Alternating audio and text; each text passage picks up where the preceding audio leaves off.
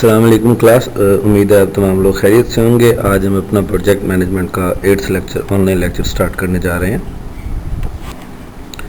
Project management की class है BPA 8th morning. मैं आप लोगों को कोर्स इंस्ट्रक्टर सईद हैदर मंजूर। आज हम अपना 8th ऑनलाइन लेक्चर स्टार्ट करने जा रहे हैं। आज के इस लेक्चर में जो टॉपिक हम स्टडी करने जा रहे हैं वो है how to conduct a feasibility study. Last lecture में हमने फिजिबिलिटी स्टडी, उसकी कैरेक्टरिस्टिक्स, 5 कोर क्वेश्चंस जो थे वो सारे स्टडी किए थे। अब हम इसमें ये देखेंगे कि फिजिबिलिटी स्टडी को कंडक्ट किस तरह से किया जाता है। फिजिबिलिटी स्टडी या फिजिबिलिटी एनालिसिस एक इन डेप्थ प्रोसेस है जो डिटरमिन करता है उन फैक्टर्स को जो आपके किसी भी प्रोजेक्ट को सक्सेस या फेलियर की तरफ लेकर जाते हैं। अगर आपकी फिजिबिलिटी स्टडी ठीक एक्यूरेट और तमाम फैक्टर्स उसमें इनकॉर्पोरेट किए गए हैं तो आपका जो प्रोजेक्ट है वो सक्सेस की तरफ जाता है। और अगर तमाम फैक्टर्स इनकॉर्पोरेट नहीं किए गए, उसमें तमाम चीज़ों को ध्यान नहीं रखा गया है, तो फेलियर के चांसेस बढ़ जाते हैं। फिजिबिलिटी स्टडी को फर्दर 5 स्टेप्स में जो कंडक्शन है उसकी हम उसको 5 स्टेप्स में डिवाइड करते हैं। इसमें सबसे पहला है conduct the preliminary analysis, second है जी create a project scope outline, third है perform your market research, fourth one है कैलकुलेट द फाइनेंशियल कॉस्ट, और फिफ्थ है review your research and present your findings to the project stakeholders. हम further next slides में हर इसके step को detail में डिस्कस करेंगे। अगर हम फर्स्ट स्टेप की बात करें तो फर्स्ट स्टेप में हम conduct the preliminary analysis. Preliminary analysis करने के लिए, असेसमेंट करने के लिए 4 की स्टेप्स हैं, जिनमें जो फर्स्ट वन है वो क्रिएट एन आइडिया आउटलाइन। आप एक आइडिया की आउटलाइन क्रिएट करते हैं। Assess the market space for this project. इस प्रोजेक्ट के लिए जो मार्केट स्पेस है उसको जज करते हैं। एग्जामिन योर कंपेटिटिव एडवांटेजेस, जो कंपेटिटिव एडवांटेजेस आपको मिल सकते हैं मार्केट में उनसे जज करते हैं। Determine the risk of the project, जो रिस्क हैं उसे डिफाइन या डिटरमिन करते हैं। फर्दर नेक्स्ट हम इनको डिटेल में भी डिस्कस करते हैं। जो फर्स्ट स्टेप था प्रिलिमिनरी में वो था जी क्रिएट एन आइडिया आउटलाइन। जब आप आइडिया आउटलाइन की बात करते हैं तो it means outline everything you hope to achieve by taking on this project and why this project is important to your team, organization और बिजनेस। जो भी तमाम चीज़ें हैं, जो भी फ़ायदे हासिल हो सकते हैं आपको उस प्रोजेक्ट से जो आप करने जा रहे हैं, आप उसको आउटलाइन करते हैं, आप उसको लिखते हैं, आप उसको किसी न किसी शेप में सामने लाते हैं और आप ये भी देखते हैं कि ये कितना इम्पोर्टेंट है, ये प्रोजेक्ट आपकी टीम के लिए, आपके ऑर्गेनाइजेशन के लिए या आपके बिजनेस के लिए कितना इम्पोर्टेंट है। जब तक आपको किसी भी प्रोजेक्ट की इम्पोर्टेंस का अंदाज़ा नहीं होगा, इम्पोर्टेंस का पता नहीं होगा, इम्पोर्टेंस को असेस नहीं कर पाएंगे, तब तक आप उसके की आउटलाइन बनाते हुए, उसको कंप्लीट करते हुए उस मेहनत से और उस दिल जमाई से काम नहीं कर पाएंगे। तो जो आइडिया आउटलाइन को क्रिएशन है वो सबसे इम्पोर्टेंट फैक्टर है, मेन और फर्स्ट फैक्टर है इसमें। सेकंड में जी assess the market space for this project. Try to find example of this type of project and whether or not others have had success in execution. अब ये देखने की बात है कि जो और जिस तरह का प्रोजेक्ट, जिस तरह का आइडिया है, जिस तरह का प्लान आप एग्जीक्यूट करना चाहते हैं कि क्या मार्केट में उससे रिलेटेड या उससे मिलते जुलते किसी प्रोजेक्ट का कोई आइडिया पहले से मौजूद था और क्या वो लोग भी उसमें सक्सेस हासिल की उन लोगों ने या नहीं। देखें, अगर आपसे मिलते जुलते आइडिया से रिलेटेड लोगों ने सक्सेस हासिल नहीं की, पहले मार्केट में होते रहे और सक्सेस हासिल नहीं की, तो आप उनके फेलियर्स की जो वजूहात हैं उनको देखकर, उनको नोट डाउन कर और उन फेलियर्स के जो फैक्टर्स हैं उन्हें मिनिमाइज करके सक्सेस हासिल कर सकते हैं। या दूसरा तरीका ये कि अगर आपसे पहले भी मार्केट में उस तरह के प्रोजेक्ट्स पर काम हो रहा है और ट्रेंड है कि उस तरह के प्रोजेक्ट फुलफिल किए जाएं, कंप्लीट किए जाएं ताकि उन प्रोजेक्ट से बेनिफिट हासिल किया जा सके, तब तो बहुत अच्छी बात है। तो आपको मार्केट असेस करना उस और मार्केट में स्पेस देखना उस प्रोजेक्ट के लिए बहुत लाजिम और ज़रूरी होता है। थर्ड जो इसमें पॉइंट है वो है एग्जामिन योर कंपेटिटिव एडवांटेज। आप अपने कंपेटिटिव एडवांटेज को देखते हैं। आप देखते हैं कि आपकी ऑर्गेनाइजेशन, आपकी कंपनी, आपकी प्रोजेक्ट टीम दूसरी प्रोजेक्ट टीम्स के मुकाबले में कितनी बेहतर है, कौन कौन से वो रिसोर्सेज या टेक्नोलॉजीज या मशीनरी या कोई भी ऐसी चीज़ जो आपकी दूसरों से मुख्तलिफ है जिसकी वजह से आप वो प्रोजेक्ट बेहतर तरीके से कंप्लीट कर सकते हैं। What will you do differently to ensure that your idea will succeed such as talent, location, technology etcetera. तो तमाम तरह के रिसोर्सेज जो दूसरी कंपनीज की निस्बत अगर आपके पास ज़्यादा हैं, अच्छे हैं, बेहतर हैं, तो आप कितना डिफरेंटली, कितना बेहतर तरीके से अपने इस प्रोजेक्ट को कंप्लीट कर सकते हैं, बजाय इसके कि इनसे मिलते जुलते प्रोजेक्ट्स जो दूसरी कंपनीज ने या दूसरी ऑर्गेनाइजेशंस ने कंप्लीट किए थे। जितना डिफरेंटली और बेहतर तरीके से, डिफरेंट वे में आप बेहतर तरीके से अपने इस प्रोजेक्ट को अपने रिसोर्सेज की अवेलेबिलिटी की बेसिस पर कंप्लीट कर पाएंगे, उतना ही ज़्यादा कंपैरेटिव एडवांटेज आपको मिलेगा दूसरे प्रोजेक्ट्स और दूसरी कंपनीज की निस्बत। जब भी आप कोई भी आइडिया आउटलाइन कर रहे होते हैं तो ऐसा कभी भी नहीं होता कि उस आउटलाइन में आप रिस्क फैक्टर को मुकम्मल तौर पर नज़रअंदाज कर दें। कोई ना कोई काम जो भी आप कर रहे हैं, कोई भी प्लान, कोई भी प्रोजेक्ट, उसका इवन कोई फेज, उस तमाम चीज़ों में कोई ना कोई रिस्क तो इन्वॉल्व होते हैं। नेचुरल रिस्क हो सकते हैं, रिसोर्स बेस्ड रिस्क हो सकते हैं, लॉ एंड रेगुलेशन के चेंज होने के रिस्क हो सकते हैं, ठीक है, टाइम का रिस्क हो सकता है, कोई भी रिस्क, किसी भी तरह का रिस्क। तो जब आप आउटलाइन कर रहे हैं तो आपने रिस्क की असेसमेंट भी करनी है। अगर आप रिस्क को असेस नहीं करेंगे तब आप कामयाबी की तरफ बेहतर तरीके से नहीं जा सकते। लाइक है, अगर आप रिस्क को सर्टन कर लेते हैं, असेस कर लेते हैं कि अगर इस तरह की कोई प्रॉब्लम होगा, ये एक तरह का रिस्क है।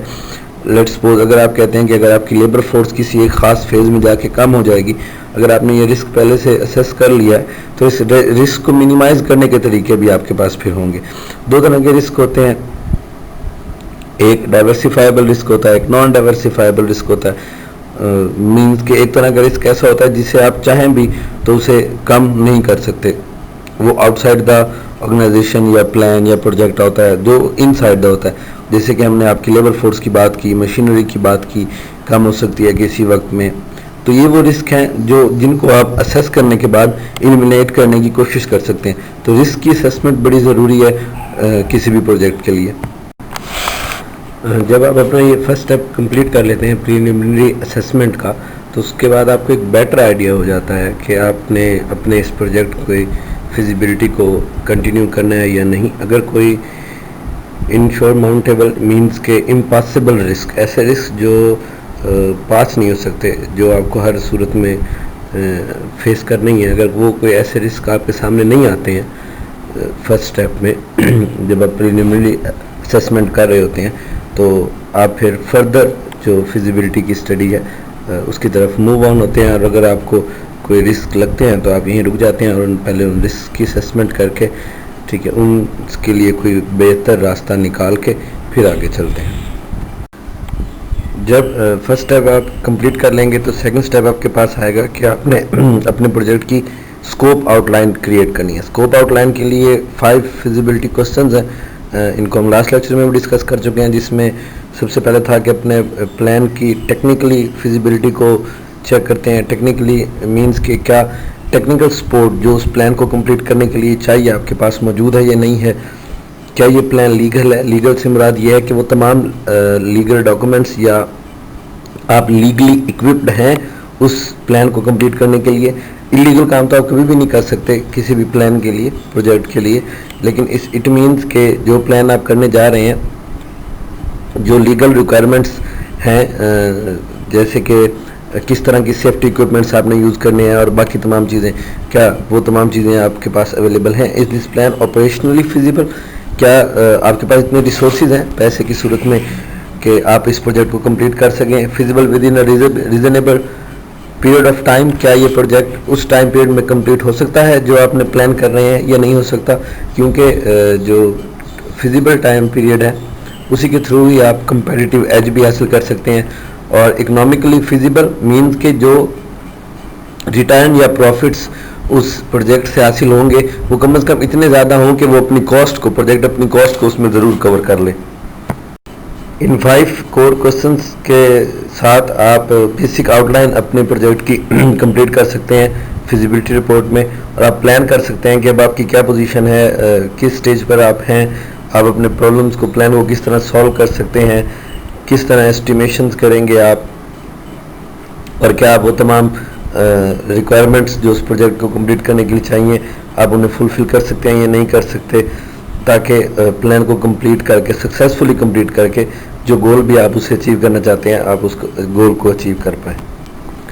थर्ड स्टेप जो हम फिजिबिलिटी में पढ़ते हैं वो है जी परफॉर्म योर मार्केट रिसर्च। आप अपनी मार्केट रिसर्च करते हैं, ये सबसे क्रूशल सबसे इम्पॉर्टेंट पॉइंट है, स्टेप है फिजिबिलिटी स्टडी को कंडक्ट करने के हवाले से। या फिजिबिलिटी एनालिसिस को जब हम कंडक्ट कर रहे होते हैं तो जो मार्केट रिसर्च है वो सबसे इम्पोर्टेंट फैक्टर है। और उस आपसे पहले जिन लोगों ने किया है इस आप जैसे मिलता जुलता प्रोजेक्ट, क्या आप भी उसी वे में जा रहे हैं उस प्रोजेक्ट को कंप्लीट करने के लिए, आपके पास कुछ बेटर वेज हैं उसको कंप्लीट करने के लिए। इसमें the 5 key benefits of market research के कुछ 5 के करीब बेनिफिट्स हैं जिनको हम स्टडी करेंगे। इसमें जो फर्स्ट वन है, आप मार्केट रिसर्च करते हैं और आइडेंटिफाई करते हैं मार्केट में न्यू या अदर अपॉर्चुनिटीज़ को। कुछ अपॉर्चुनिटीज़ तो मार्केट में पहले से अवेलेबल हैं, लेकिन आप न्यू और अदर अपॉर्चुनिटीज़ को भी अवेल करने की कोशिश करते हैं। लाइक एज न्यू कस्टमर, आपको ऐसा प्रोडक्ट लॉन्च करने जा रहे हैं लेट्स सपोज, तो कौन से न्यू कस्टमर्स हैं जो आपकी प्रोडक्ट की तरफ आएंगे, क्या लोग एडिशनल आपके प्रोडक्ट को यूज़ करेंगे एटसेट्रा। तो ये थ्रू फोकस ग्रुप सर्वेज और पोटेंशियल क्लाइंट इंटरव्यूज़ के थ्रू। पोटेंशियल क्लाइंट आपका वो होता है जो हर वो क्लाइंट जिसके पास कोई भी चीज़ को ख़रीदने के पैसे भी हों और वो ख़रीदना चाहता भी हो, लेकिन वो भी डिफ्रेंशिएट नहीं कर पाया कि वो कौन सी प्रोडक्ट ख़रीदेगा। लाइक एज अगर हम कहें कि मोबाइल की अगर 10 कंपनीज काम कर रही हैं और एक बंदा है जिसने 30,000 के करीब एक मोबाइल लेना है, तो उसका बजट 30,000 है, तो वो अभी तक ये नहीं तय कर पाया कि 30,000 में वो कौन सी कंपनी का बजट लेगा, तो वो तमाम कंपनीज के लिए पोटेंशियल कस्टमर्स होता है। तो थ्रू मार्केट रिसर्च आप ये फाइंड आउट कर सकते हैं कि जो न्यू अपॉर्चुनिटीज़ हैं वो आपके पास कितनी ज़्यादा अवेलेबल हैं। सेकंड, मार्केट रिसर्च में आप insight into your competition including their products, services, marketing choices, client base etcetera.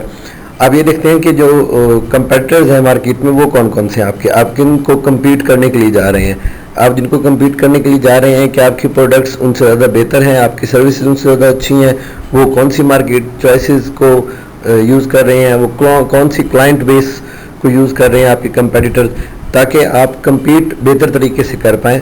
जितना ज़्यादा आप बेहतर तरीके से compete कर पाएंगे, जितना ज़्यादा competitive एज आपको हासिल होगा, आपकी प्रॉफिटेबिलिटी रेशियो उतनी ज़्यादा बढ़ना शुरू हो जाएगी। थर्ड वन, सबसे इम्पोर्टेंट जो फैक्टर इसमें है, information on the market for your project including the size and need of your potential clients. Like as आप ये कहते हैं कि अगर आप कोई ऐसा प्रोजेक्ट डिज़ाइन करते हैं जिसमें आप 10 लाख लोगों के लिए प्रोडक्ट या सर्विसेज को इंट्रोड्यूस करवाते हैं, लेकिन पोटेंशियल क्लाइंट्स जो हैं वो आपके हैं ही 2 लाख, तो प्रॉब्लमेटिक बात है। और अगर आपका वो प्रोजेक्ट ऐसा हो कि मिनिमम उसमें जो नो प्रॉफिट नो लॉस की सिचुएशन हो, उसमें आप सिर्फ 10 लाख ही प्रोडक्ट्स बना सकते हो, 10 लाख से कम बनाएंगे तो आप लॉस में जाएंगे, तो आप कभी भी ऐसा प्रोजेक्ट नहीं करेंगे। तो जो साइज़ है आपके क्लाइंट्स का, जो नीड है आपकी गुड्स और सर्विसेज की जो आप इंट्रोड्यूस करवाने जा रहे हैं, जो आपका प्रोजेक्ट है उसकी नीड और उसका साइज़, ये बहुत मैटर करता है। तो according to need and size आप अपने प्रोजेक्ट को लॉन्च करेंगे, और ये तभी मुमकिन है जब आपके पास कंप्लीट मार्केट इंफॉर्मेशन होगी about your potential clients. Fourth one है जी, जो पास्ट में उस तरह के कोई प्रोजेक्ट्स होते हैं जो आप कर चुके हैं या आपके कंपेटिटर्स कर चुके हैं, उनका डाटा मार्केट में अवेलेबल होता है, वहाँ से आप अंदाज़ा लगा सकते हैं, वहाँ से आप डिसीजंस ले सकते हैं कि ये जो प्रोजेक्ट है ये अपनी कॉस्ट कवर करेगा या नहीं करेगा, ये सक्सेसफुली कंप्लीट होगा या नहीं होगा, ताकि आपको प्रोजेक्ट करने के लिए आसानी हो। फिफ्थ वन है जी, insight on the best ways to execute a project such as time frame, the required personnel and even management styles. अब ये सबसे इम्पोर्टेंट बात है कि आपको अब कोई भी प्लान या कोई भी प्रोजेक्ट को जो उसकी एग्जीक्यूशन फेज़ होती है वो सबसे इफ़ेक्टिव होनी चाहिए। जितनी इफ़ेक्टिवली आप किसी चीज़ को एग्जीक्यूट कर पाते हैं, किसी प्लान या प्रोजेक्ट को, उतना ही ज़्यादा बेनिफिट्स वो आपको देता है। लाइक है टाइम फ्रेम, अगर आप टाइम फ्रेम में या टाइम से पहले उस प्रोजेक्ट को कंप्लीट कर लेते हैं तो एक तो आपकी कॉस्ट कटिंग होती है, दूसरा जो टाइम फ्रेम आपने तय किया था उस प्रोजेक्ट से बेनिफिट हासिल करने के लिए वो भरपूर तरीके से आप हासिल कर सकते हैं। रिक्वायर्ड पर्सनल, हमने प्रोजेक्ट मैनेजमेंट की डेफिनेशन में भी पढ़ा था कि डिफरेंट डिपार्टमेंट्स के स्किल्ड लोग आपको चाहिए होते हैं, तो हर प्रोजेक्ट के लिए जो पर्सनल है, जो लोग हैं जो बेहतर तरीके से जिनके पास रिक्वायर्ड एबिलिटीज़ और स्किल्स हैं उन मुख्तलिफ कामों को करने के लिए, वो आपके पास अवेलेबल हो। और मैनेजमेंट स्टाइल्स भी मुख्तलिफ मैनेजमेंट स्टाइल्स होते हैं, तो आप उसमें से देखेंगे कि आप कौन सा मैनेजमेंट स्टाइल तय करते हैं। लाइक आप टॉप डाउन या बॉटम अप में से कौन सा मैनेजमेंट स्टाइल चूज करते हैं अपने प्रोजेक्ट की कंप्लीशन के लिए या मार्केट रिसर्च के लिए। या मज़ीद कुछ कंप्रीहेंसिव लिस्ट दी हुई है मेथड्स की।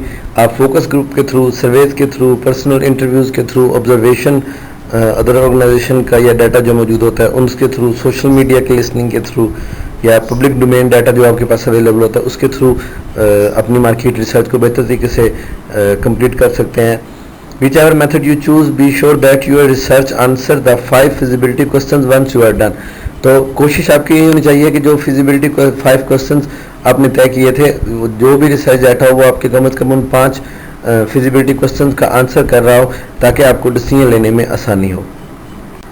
फिजिबिलिटी स्टडी या फिजिबिलिटी एनालिसिस एक इन डेप्थ प्रोसेस है जो डिटरमिन करता है उन फैक्टर्स को जो आपके किसी भी प्रोजेक्ट को सक्सेस या फेलियर की तरफ लेकर जाते हैं। अगर आपकी फिजिबिलिटी स्टडी ठीक एक्यूरेट और तमाम फैक्टर्स उसमें इनकॉर्पोरेट किए गए हैं, तो आपका जो प्रोजेक्ट है वो सक्सेस की तरफ जाता है। और अगर तमाम फैक्टर्स इनकॉर्पोरेट नहीं किए गए, उसमें तमाम चीज़ों को ध्यान नहीं रखा गया है, तो फेलियर के चांसेस बढ़ जाते हैं। फिजिबिलिटी स्टडी को फर्दर 5 स्टेप्स में जो कंडक्शन है उसकी, हम उसको 5 स्टेप्स में डिवाइड करते हैं। इसमें सबसे पहला है conduct the preliminary analysis, second है जी create a project scope outline, third है perform your market research, fourth one है कैलकुलेट द फाइनेंशियल कॉस्ट, और फिफ्थ है review your research and present your findings to the project stakeholders. हम further next slides में हर इसके step को detail में डिस्कस करेंगे।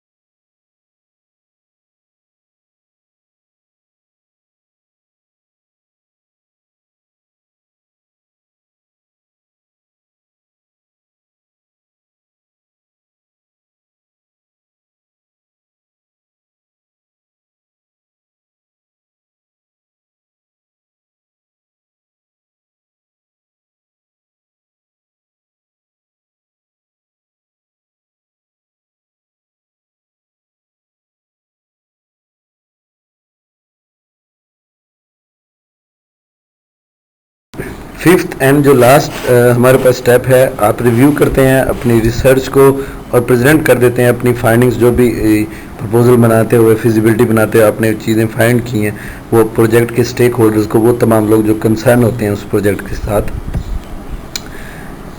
जैसे ही आपकी ये तमाम फाइंडिंग्स कंप्लीट होती है, आप उसे कंपाइल करते हैं तमाम डाटा को, और आप उसमें सबसे पहले ये देखते हैं कि वो जो 5 फिजिबिलिटी के क्वेश्चंस थे आपके, क्या आपका प्लान फिजिबल है, लीगल है, एटसेट्रा, क्या वो उन तमाम चीज़ों के आंसर दे रहा है। अगर वो उन तमाम चीज़ों के आंसर दे रहा है, आपके स्टेक होल्डर्स को कोई कंसर्न नहीं है, कोई क्वेश्चन मार्क नहीं है उनके ऊपर, उस फाइंडिंग के ऊपर, तो आप प्रोजेक्ट को कंप्लीट करते हैं। और अगर कोई क्वेश्चन मार्क हो, अगर कोई कंसर्न हो किसी भी स्टेक होल्डर को या आपके क्लाइंट को उस प्रोजेक्ट से रिलेटेड, तो ज़रूरी नहीं है कि वो आपका तमाम का तमाम प्रोजेक्ट ख़राब हो गया। जो कंसर्न टॉपिक्स हैं या जो कंसर्न एरियाज़ हैं, आप सिर्फ उन कंसर्न एरियाज़ को भी री इवेल्यूएट करें, और री इवेल्यूएट करने के बाद भी आप उस प्रोजेक्ट को कंप्लीट कर सकते हैं। होपफुली आपको आज का ये लेक्चर समझ आ गया होगा। अगर किसी भी स्टूडेंट को इससे रिलेटेड कोई क्वेश्चन हो, कोई प्रॉब्लम हो, तो मुझसे डिस्कस कर ले, मैं आप लोगों के लिए अवेलेबल हूँ। Thank you.